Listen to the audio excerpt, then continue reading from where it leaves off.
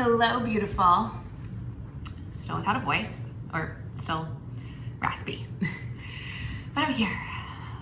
It is Thursday today, though you may be watching this on a day that is not Thursday, and it doesn't matter when you watch this, because whenever you watch this, it is meant for you.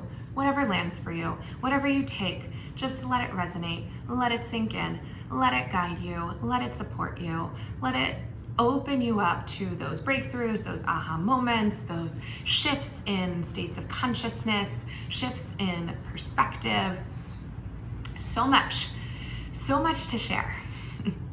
First, I want to offer the importance of strengthening your mental mind, strengthening the muscles of your mental mind, and strengthening the muscles of your emotional mind, emotional body, emotional self, whatever word you want to use. It doesn't need to have a name, but thinking about how, many people go to the gym and they want to strengthen their muscles so that their body can look better, that they can feel better, that they can be more fit. And so considering how we do that for our physical body, the importance of doing that for your mental and emotional body. So how do you do that? So many options. You can sit in stillness, you can go out in nature, you may meditate, you may write, you may read, you may pray, you may read affirmations, or even the videos or people that you follow, the content that you follow on social media, and consider or reflect, contemplate, there we go. Words. I know the power of me is through my words. Sometimes it's like harnessing, or again, words, fine-tuning, identifying which words best fit for what it is that I want to communicate. And so I think I talk a lot. And I repeat and I reframe, because different words are going to land for different people. So I might say you may harness or fine tune or identify what word best lands for you. And one person might be like, fine tune, that's my word. And someone else might be like, identify, that lands better for me. And so to be able to spread this to whoever is meant to find it, and however the words land. And so I tend to repeat and reframe, because I know that it's going to land differently for different people. So getting that clear and doing things to support strengthening the muscles for your mental mind or emotional body in so many different ways. Though, do you do that?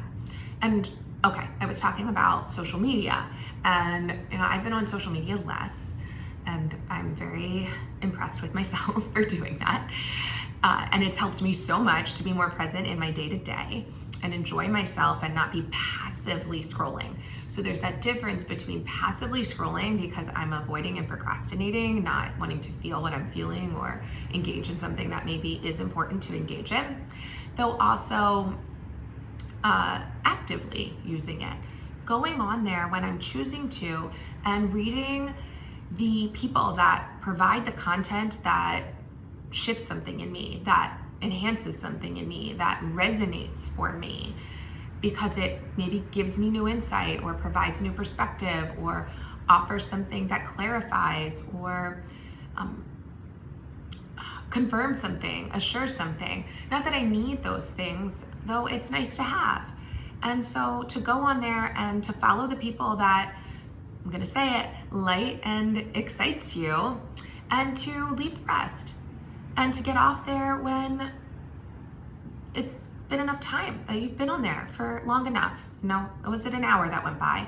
Or were you on there maybe for 10 minutes and you got what you needed, or maybe you posted something because you want to share something, and that's important.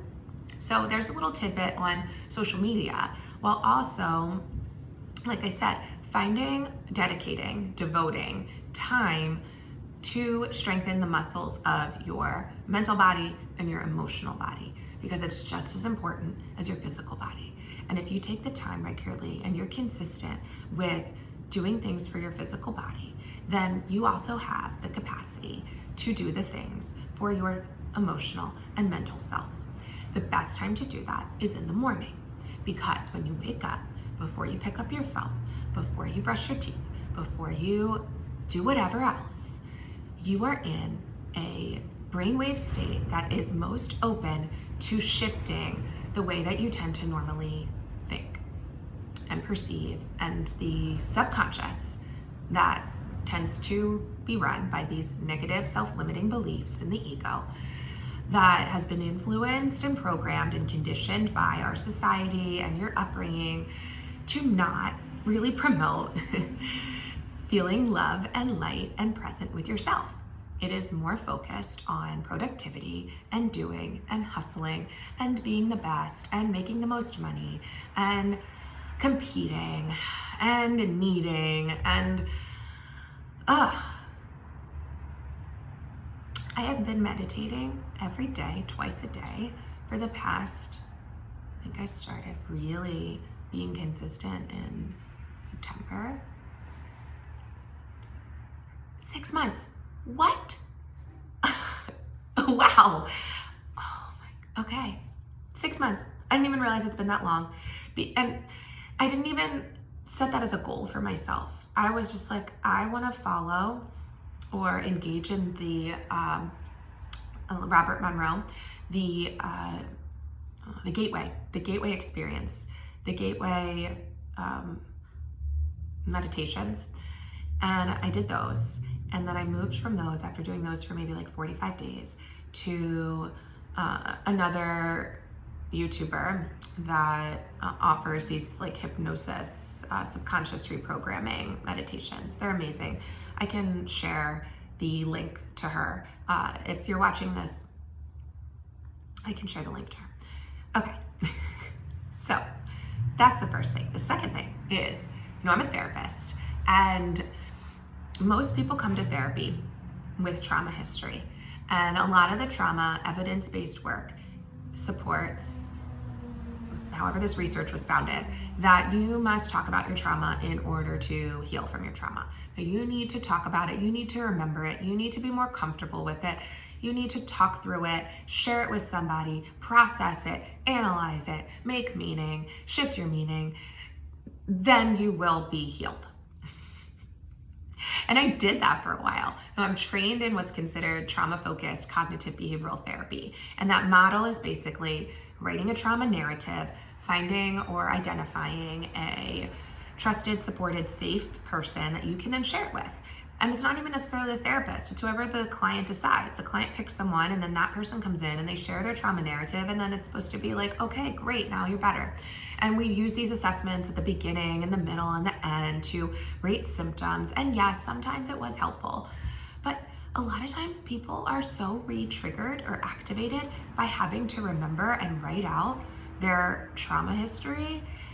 And I get like that there might be some benefit in that exposure work, and perhaps that's worked for people, but the majority of people, that's a very cognitive approach and an intellectualized approach. And what about the energetic, emotional, sensational body impact that trauma has? Trauma is an internal experience. Trauma is what happens inside of you. And yes, a part of it is what you perceive and make meaning of and interpret about it. But a lot of times it is like intense activation of your nervous system to where you feel so panicked and helpless and powerless and uncomfortable and terrified and violated, that then your nervous system is just in this chronic state of stress, whether hyper or hypoarousal. And the trauma narrative doesn't necessarily influence that in the way that is fully beneficial for the person's overall evolution and growth and quality of life. So what I've come to experience, because we learn the most and change the most through experience, is that you don't need to remember your trauma. You don't need to remember all the details, and you don't need to repeat it to anybody.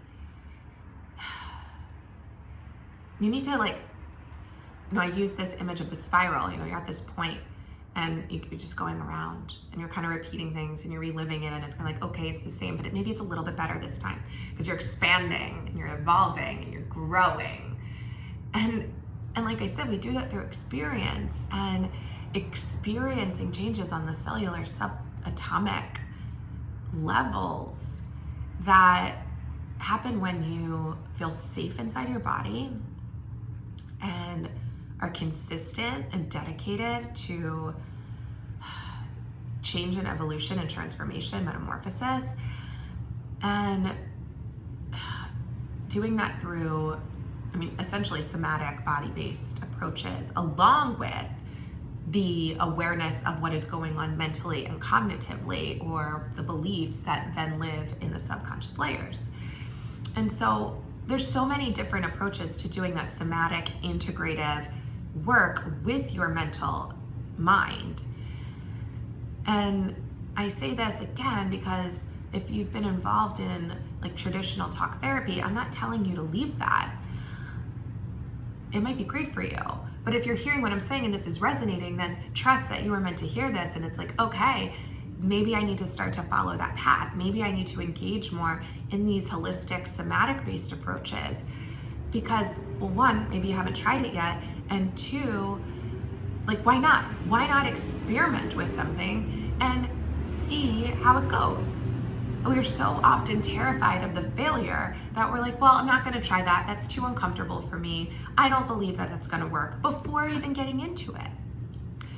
And a lot of you who are watching this may already be doing a lot of these things, and this is just assurance and confirmation that, like, yes, I don't need to go in and lay out my trauma. I've heard of some clients who like have seen many therapists, and they'll go to a new therapist, maybe their third, fourth, fifth one, and they've made PowerPoints because they're like, now I just got to repeat my story.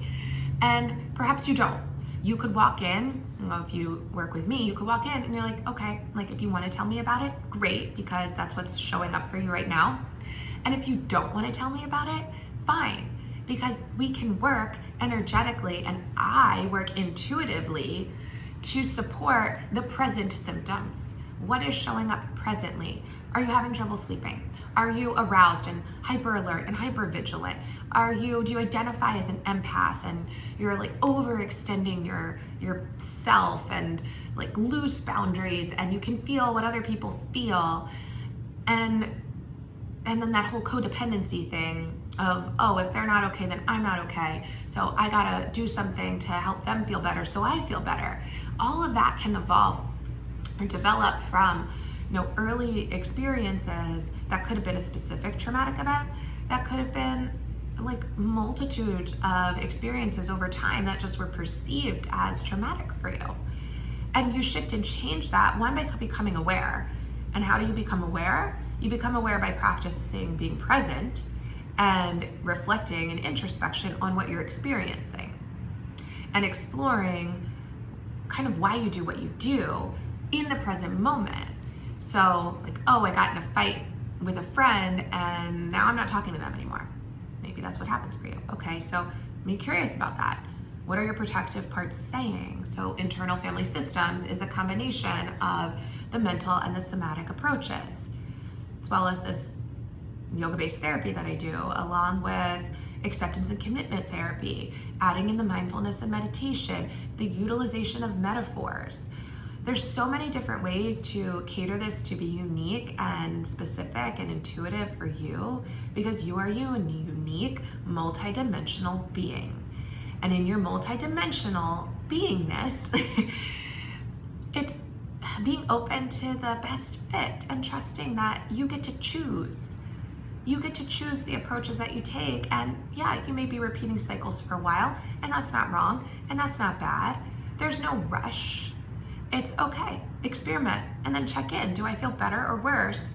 Do I resonate with this person? Do I feel safe and like called to these approaches for myself? And so I do them.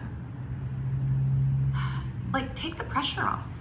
It's not, it is serious, and it's not that serious at the same time.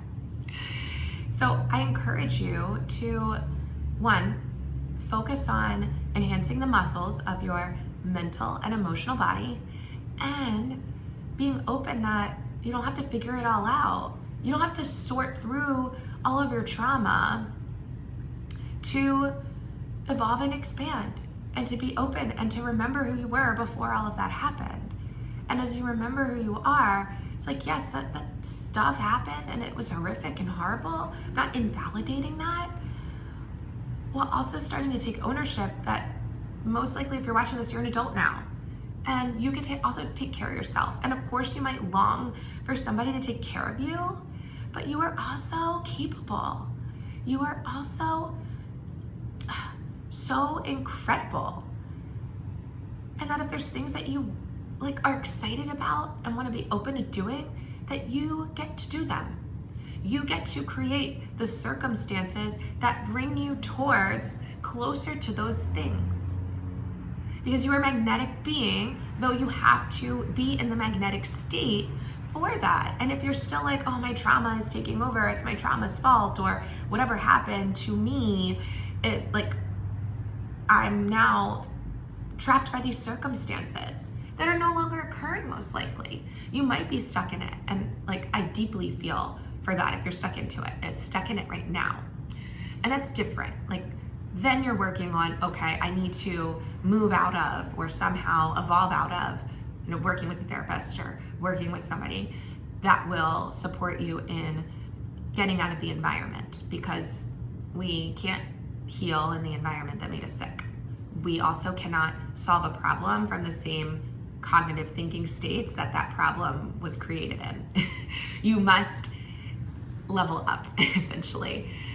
And some of these things, if they're not landing for you, that's okay. You do not have to keep watching this. If you are getting what I'm saying, because some of this is big stuff, that is for you. And consider it, contemplate it. Okay, that's where I am. That's what came up. You are so beautiful, and I appreciate you being here. So much love, and you amaze me.